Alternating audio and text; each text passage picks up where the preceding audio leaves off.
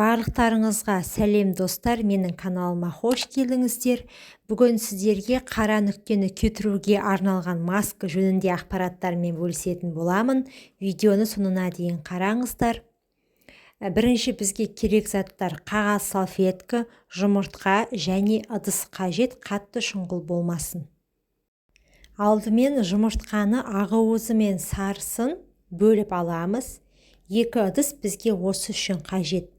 Ақуызды жақсылап шанышқы көмегімен араластырамыз. Салфетканы бетке ыңғайлы етіп қиып аламыз.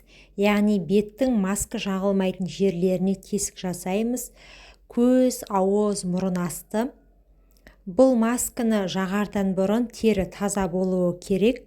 Салфетканы жұмыртқаның ақуызына салып бетімізге орналастырамыз.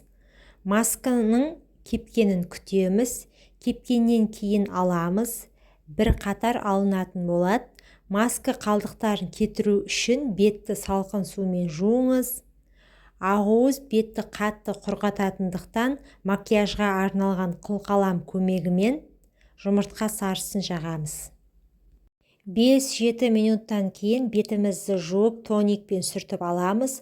Содан кейін бетімізге өздеріңіздің жақсы көретін кремдеріңізді жағып алыңыздар. Бұл масканың пайдасы ақуызы бетті тазартады, теріні қатайтады, қара нүктені шығарады, тері тесігін тарылтады, бетті ағартады. Сарыуызы беттегі әжімдерді тегістейді, бетті тыныштандырады, бетті ылғалдандырады, бет терісін жақсартады. Бұндай масканы беттің бүкіл жеріне емес, тек проблема бар жерге жақсаңыздар болады.